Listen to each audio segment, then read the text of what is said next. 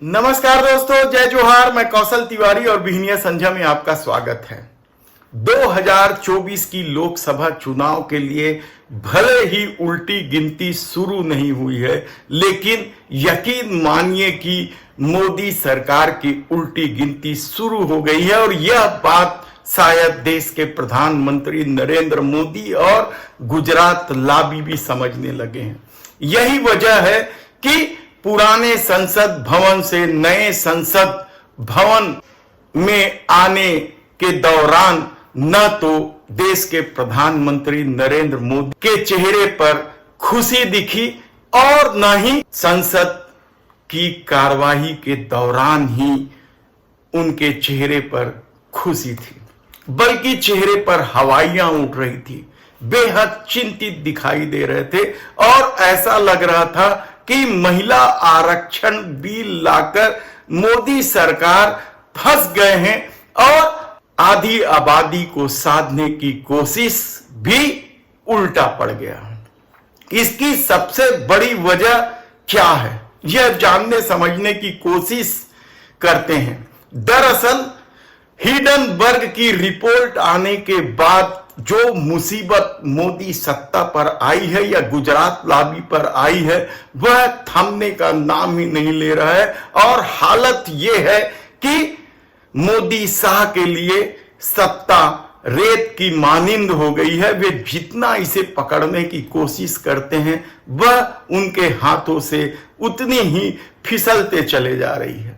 और अब तो हालत यह है कि कैग के साथ साथ आरबीआई ने भी अपनी जुबान खोल दी है और पार्टी के भीतर खाने से मोदी शाह की करतूतों को लेकर विरोध के स्वर उठने लगे हैं और खुलकर लोग बोलने लगे हैं। यानी संसद से लेकर सड़क तक और सत्ता से लेकर संगठन तक सब तरफ विरोध का सामना गुजरात लाबी को करना पड़ रहा है। तो क्या देश के प्रधानमंत्री नरेंद्र मोदी ने भी इस संकट को महसूस कर लिया है और आरएसएस ने भी महसूस कर लिया है? क्योंकि आरएसएस के सामने सबसे बड़ा संकट तो यह है कि मोदी सत्ता के आने के बाद वह खामोश रही। उनके सारे आंदोलन कहीं दब गए।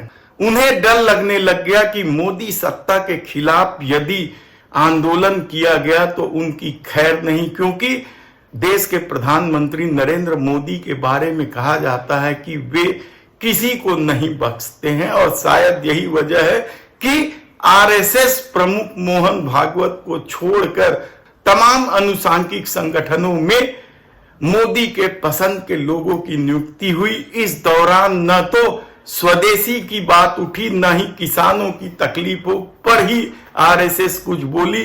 कोरोना जैसे काल में भी आरएसएस खामोश रहा, जबकि ऑक्सीजन के अभाव में लोग मरते रहे।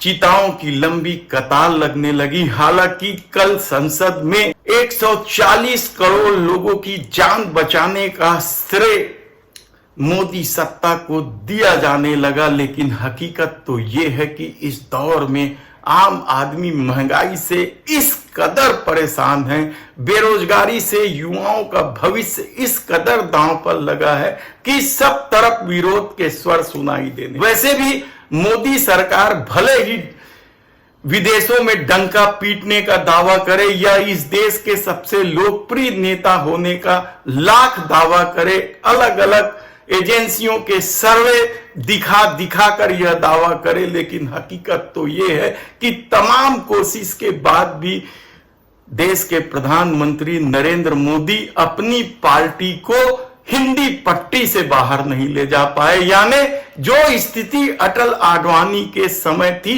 वही स्थिति मोदी शाह के कार्यकाल में भी रही, कहा जाए तो गलत नहीं होगा। और कुछ भी नहीं बदला। तब ऐसी परिस्थिति में 2024 में क्या होगा, इसका संकेत साफ तौर पर दिखाई देने लगा है और मोदी सरकार इसे महसूस भी करने लगी है। इसलिए पुराने संसद से लेकर नए संसद में आने तक मोदी के चेहरे की हवाइयां उड़ रही थी।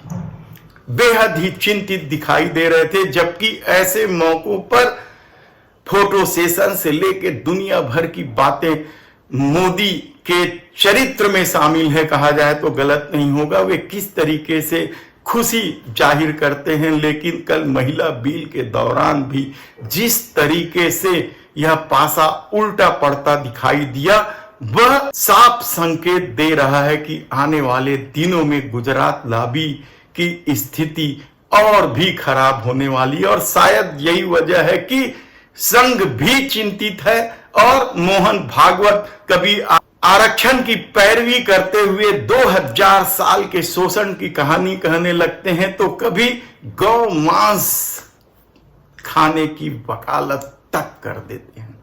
आधी आबादी को साधने की कोशिश का आखिरी दांव भी कल किस तरीके से संसद की कार्रवाई के दौरान नेस्तनाबूद हो गया, वह भी कम चौंकाने वाला नहीं है। और कहा जा रहा है कि अब जिस तरीके से विपक्ष हमलावर हो गया है, इंडिया गठबंधन बन गया है, और इसके चलते मोदी सरकार का जाना तय हो चुका है। और यही वजह है कि जब महिला बिल को लेकर बहस शुरू हुई तो बंगाल की शेरनी ने किस तरीके से दहाड़ लगाई बृजभूषण शरण सिंह को लेकर। बृजभूषण शरण सिंह मौजूद थे और उसे लेकर बंगाल की उस शेरनी ने किस तरीके से दहाड़ लगाई, आप सुनेंगे तो हैरान हो जाएंगे।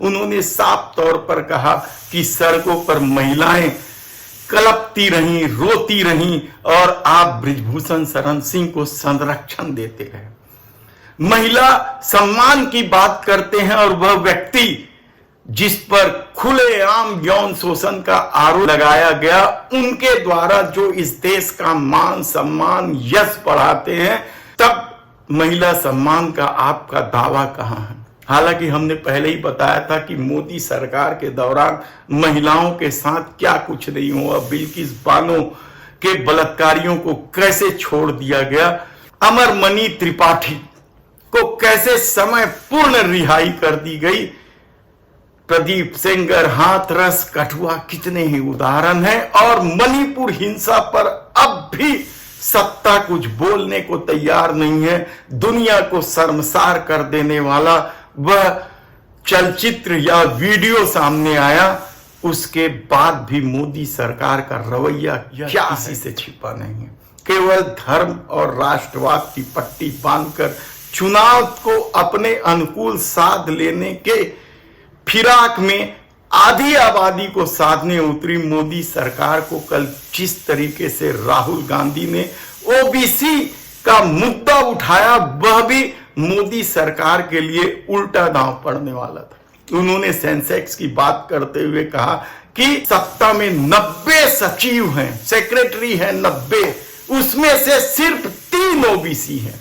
और यह मामला जब उठा तो ओबीसी को लेकर चलने का दावा करने वाली भारतीय जनता पार्टी की पोल खुल गई। यही नहीं, महिला आरक्षण को लेकर सदन के बाहर उमा भारती भी ओबीसी का मुद्दा उठाती। यानी आप सोचिए कि किस तरीके से सड़क से लेकर सदन तक और सत्ता से लेकर संगठन तक, सत्ता की बात हमने बताई कि किस तरीके से कैग ने करोड़ों अरबों रुपए के घोटाले का जिक्र किया है। शेष के रूप में जो राशि वसूली जाती है आम लोगों से, वह राशि कहां गायब हो गई, यह भी सत्ता नहीं बता पा रही। और यह कैग का दावा है।